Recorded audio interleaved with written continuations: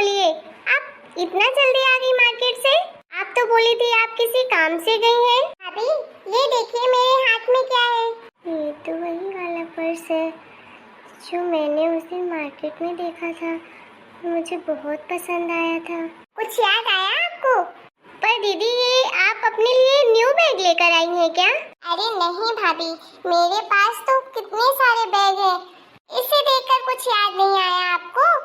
आप ही तो उस दिन बोल रही थी कि ये कलर बहुत अच्छा लग रहा है, ये पर्स काश मेरे पास होता। तो आज मैं वही पर्स लेने गई थी आपके लिए। क्या आप ये पर्स मेरे लिए लेकर आई हैं? हाँ भाभी, मैं आपके लिए लेकर आई हूँ। पर दीदी इसकी क्या जरूरत थी? आप क्यों लेने गई इस पर्स को? मुझे नहीं चाहिए था। पर आप उस दिन तो बोल रही थी कि आपको बहुत पसंद आया है ये पर्स। आप नहीं पसंद है क्या? कोई दूसरा पर्स चाहिए तो बोल दीजिए, मैं दूसरा ला दूंगी आपके लिए। मुझे लगा कि आपको ये पर्स बहुत ज्यादा पसंद था, इसलिए मैं अपनी फ्रेंड के यहाँ से आ रही थी, रास्ते में मुझे दिख गया तो मैं आपके लिए लेकर आ गई। अगर नहीं पसंद हो तो बोल दीजिए, मैं दूसरा पर्स ले आऊंगी जो आपको पसंद होगा। अरे नहीं दीदी, ऐसी बात नहीं है। मुझे ना आपसे हर चीज़ लेना अच्छा नहीं लगता है। वैसे भी आप कितना कुछ करती हैं हमारे लिए, और आप हमेशा इतने महंगे महंगे गिफ्ट्स देती हैं, और ये पर्स भी बहुत महंगा होगा, तो प्लीज़ मैं नहीं ले सकती हूँ। आप इतना मत करिए दीदी, आप वैसे भी बहुत कुछ करती हैं हमारे लिए, आपके बहुत सारे एहसान हैं। बस भाभी, अब एक और शब्द नहीं। अरे मैं आपकी ननद हूँ, ना कि कोई दुश्मन।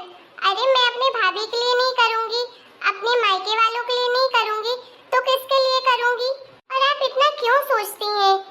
रवि तो इतना कभी भी नहीं सोचता, बस आप ही हैं जो हर चीज लेने में 1000 बार संकोच करती हैं।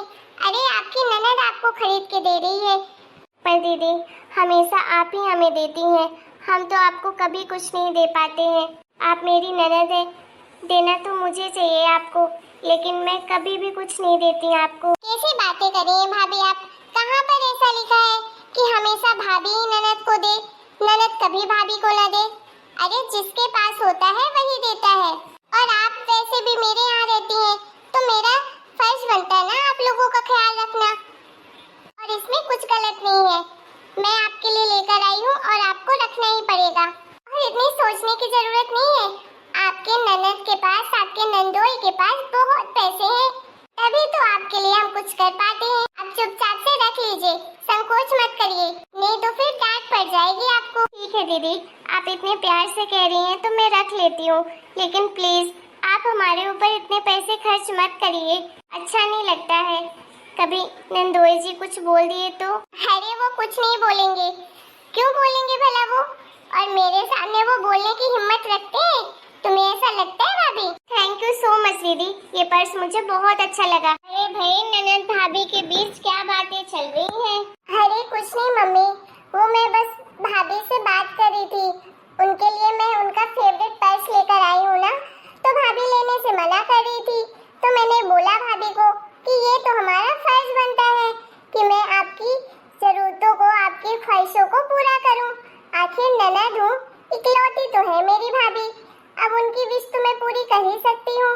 क्यों मम्मी, सही कहा ना? हाँ बेटा, तुम्हें तो बस अपनी भाभी का ही ख्याल रहता है, कभी मेरा ख्याल तो आता नहीं तुम्हें। क्या बात कर रही हो मम्मी, मैं आपका ख्याल नहीं रखती हूँ? ऐसा कैसे हो सकता है? आप तो इस घर की मुखिया हैं। अरे काहे की मुखिया, इससे अच्छा तो मैं अपने घर पे थी।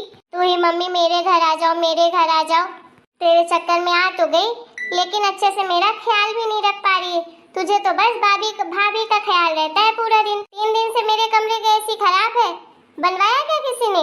कैसे सो रही हूँ मैं ही जानती हूँ। उस दिन मार्केट गई थी, एक 25,000 की साड़ी मुझे पसंद आई, लेकिन मेरे जेब में सिर्फ 15,000 रुपए थे। तुझसे कहा भी कि चल मुझे लेकर वहाँ पर, वो मुझे साड़ी लेनी है, तो तू लेकर तो गई नहीं अभी तक मुझे। वो बाप रे, इतना गुस्सा मम्मी? सॉरी, वो मेरे दिमाग से निकल गया था साड़ी के लिए, और मैंने एसी वाले को बोल दिया है, वो आता ही होगा, अभी 1-8 घंटे से आ जाएगा तो बन जाएगा आपके कमरे का एसी। अरे मेरी प्यारी मम्मी, तुम गुस्से में बिल्कुल अच्छी नहीं लगती हो। चलो आप तैयार हो जाओ, मैं आपको लेके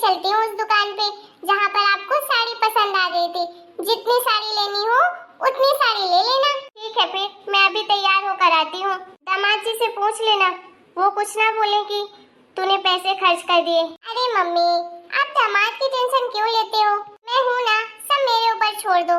और वैसे भी मेरे पापा ने मेरी शादी इतने बड़े घर में की है, मेरा पति इतना पैसा कमाता है, तो किस काम की जब मैं अपने मायके वालों के काम भी ना आ सकूं।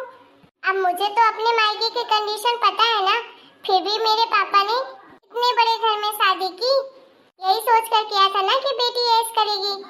तो बस आपकी बेटी ऐश कर रही है और साथ में अपने मायके वालों को भी ऐश करवा रही है। और क्या चाहिए मम्मी, इसमें गलत क्या है?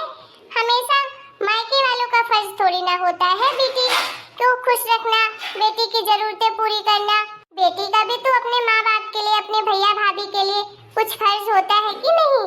बस मैं अपना वही फर्ज निभा रही हूँ। ये घर सिर्फ मेरा नहीं, आप सबका ही भी है। आप हमारे अपने हो, इसलिए किसी चीज को लेने के लिए, बोलने के लिए झिझक करने की जरूरत नहीं है। ठीक है मम्मी और ठीक है भाभी। अरे मेरी गुड़िया रानी, मेरी बिटिया लाखों में एक है। एक मेरा बेटा और ये निठल्ली बहू, फूटी कौड़ी नहीं कमाता तेरा पति। शर्म नहीं आती तुझे?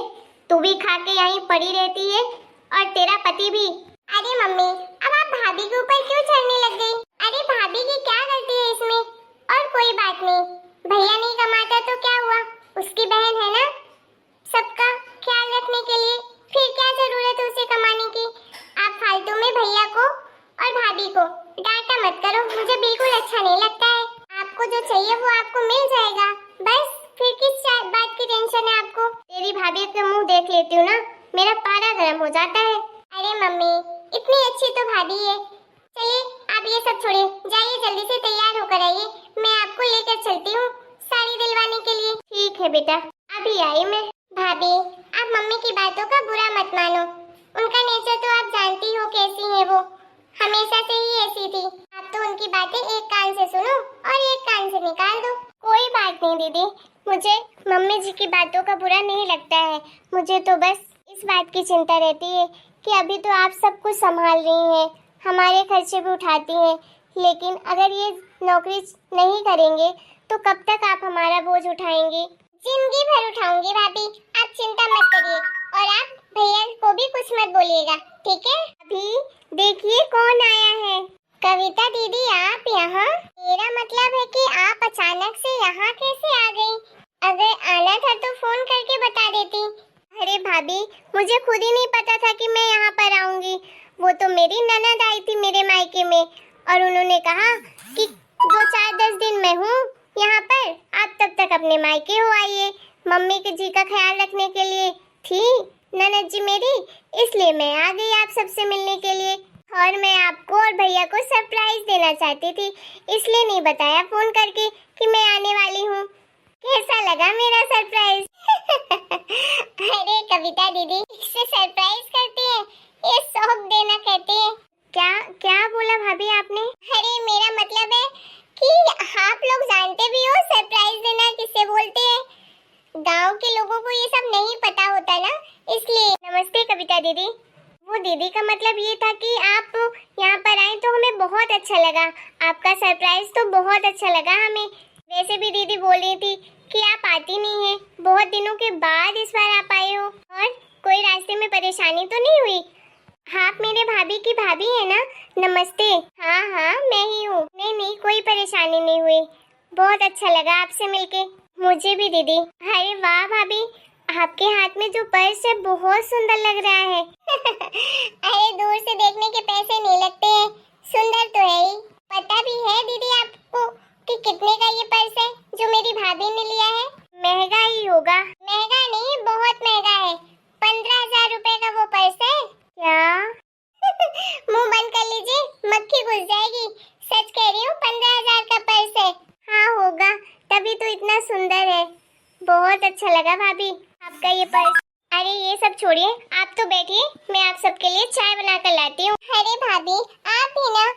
अरे आप तो इस घर की मेहमान है और दीदी तो इस घर की बेटी है, तो मेहमानों से थोड़ी ना काम करवाऊंगी। क्यों दीदी? बिल्कुल सही कह रही हैं भाभी आप। हाँ दीदी, आप तो जानती हैं कि मुझे तो आती नहीं है चाय बनानी, तो आज नौकर भी घर पे नहीं है, तो एक काम करिए, आप ही जाइए, बना लाइए चाय। वैसे भी बहुत दिन हो गए आपके हाथ की चाय पिए हुए, बहुत मन कर रहा है।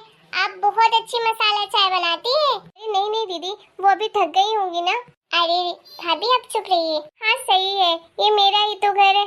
मैं अभी जाकर फटाफट चाय बना लाती हूँ आप सबके लिए। भाभी आपको काम करने का बड़ा शौक चढ़ा है क्या?